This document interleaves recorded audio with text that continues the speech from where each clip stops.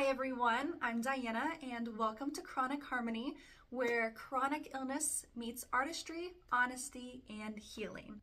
Today we will be diving into part one of my endometriosis story, what those symptoms looked like, how it felt for me dealing with them, and everything in between. So let's get started on Chronic Harmony.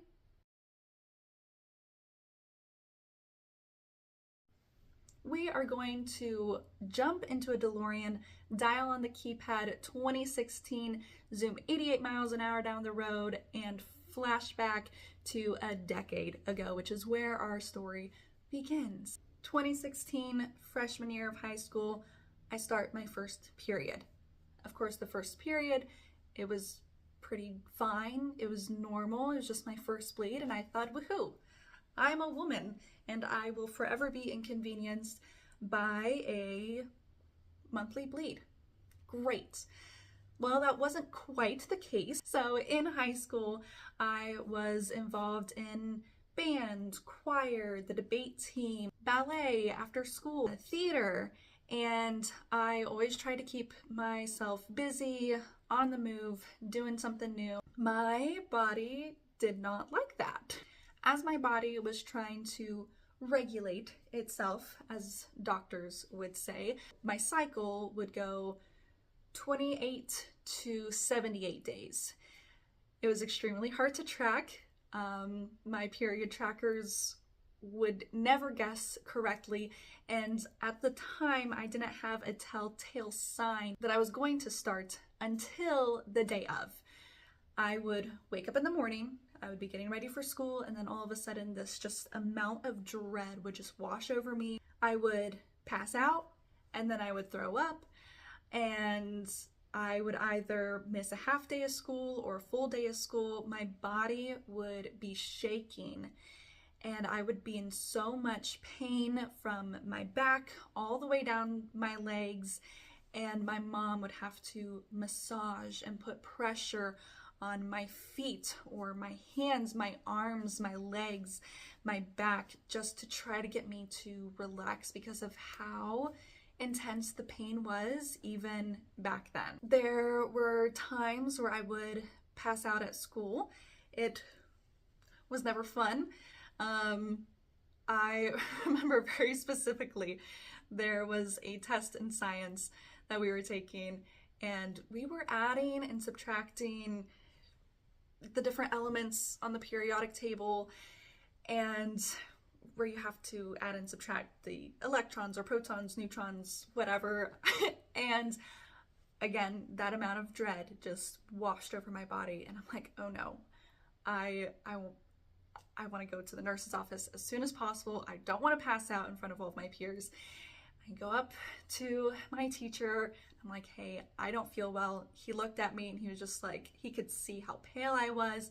He said, okay, just go down to the nurse's office. And I turned around and I pass out. So that was not great, but continuing on, if I didn't miss school, I would be going through my whole day just in so much pain. I would be breaking a sweat. I would have armpit stains. I would just be so uncomfortable, and many times, the majority of the time, I would have to excuse myself to go down into the nurse's station, and you know, the ladies in the office, bless their heart, but they could see how much pain I was in. And where I went to school, our nurse's station, we didn't really have one in the high school. It was a back office where the printer was that all the teachers used, and so there was just this like little recliner that I would sit on, and I would have an ice pack on my forehead and a heating pad on my belly. And the amount of times teachers came in as I was in the dark and just like crying to myself because of how much pain I was in, it's too many to count. I also remember very specifically doing everything I could to wear black leggings on my period days because I knew I would be bleeding very heavily, and if for some reason a teacher didn't let me use the bathroom to change my tampon, I knew that hopefully the black leggings would not show any kind of blood stain. There were definitely a couple of times where I would ask a teacher to use the bathroom, and it was one of those things of, can I go to the bathroom? And the teacher says, I don't know, can you? And you say, may I go to the restroom? And it's just like, please, my internal organs are being massacred at the moment, and I really need to change my tampon. Like, is that what you want me to say to you? But I digress. I totally think that I was embarrassed to be having cramps and to be having a period in high school. It's something that girls know happens, and it's something that girls just don't talk about, and I wish we did talk about it, because then I think we all would have felt more seen and validated in our pain, and maybe we would also recognize that some pain that some of us girls go through should not be the case. Whenever we would be dismissed for lunch, during my periods, I always lose my appetite, and so I would get a small salad, or I just would not be able to eat the food on my plate because of how ill and sick that I felt. And again, there was a couple lunch times where I would have to go to the bathroom and pass out for a second because I was in so much pain that I, again, didn't want to cause a scene. I didn't want to be seen as, oh, there goes Diana again, just being dramatic. So I would excuse myself to go to the bathroom, and I would cry, I would dry heave, sometimes I would pass out, and I would just be sweating because of how much pain I was in. I didn't have a name at the time, and I just knew how I felt, and I knew it wasn't great, and I thought, gosh, if this is what every single girl that I go to school with deals with on a monthly basis, how are they able to deal with it? Because I feel like I'm dying. I didn't understand, and I didn't realize that they weren't going through it. And some of the girls that I went to school with who do have endo now, I realize, okay, I wasn't alone in those moments. And so in a way, thinking back and thinking about those times, it just goes to show how much us girls and women and teachers do need to talk about periods and menstrual cycles and endometriosis, just to spread awareness. If you are dealing with X, Y, and Z, that is not normal, and here are different ways that you can help yourself and help your body. But we will talk about that on a later date.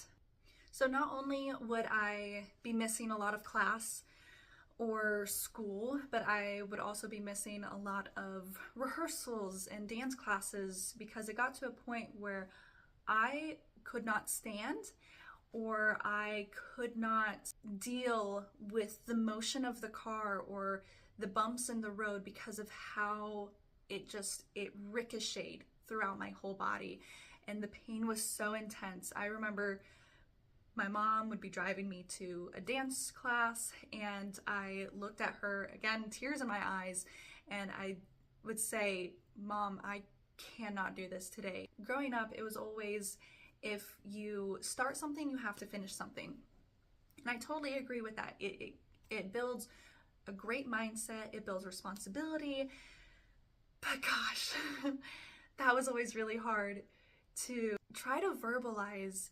I'm in so much pain that I cannot possibly imagine standing, and I just want to curl up in a ball and cut my legs off because I think that would give me some relief.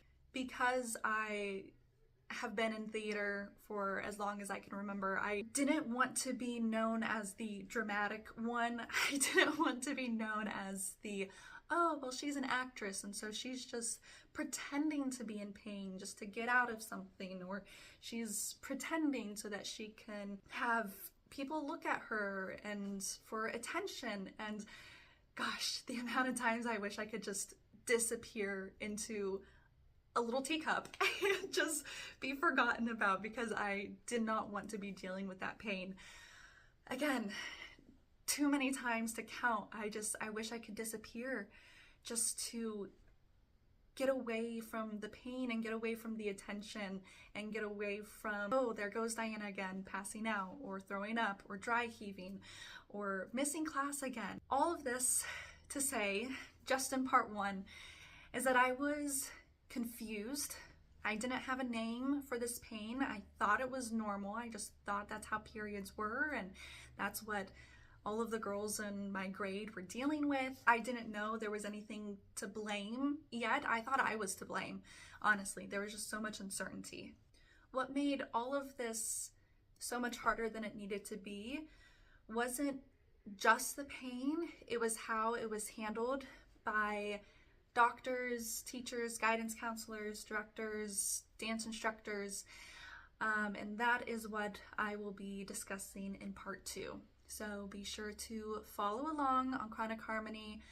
I am chronic.harmony on YouTube, Instagram, and TikTok. So follow me on all of those, and please comment, like, share, all of that jazz, and let me know what stories or advice you want to hear, and I will see you guys in the next video. Bye!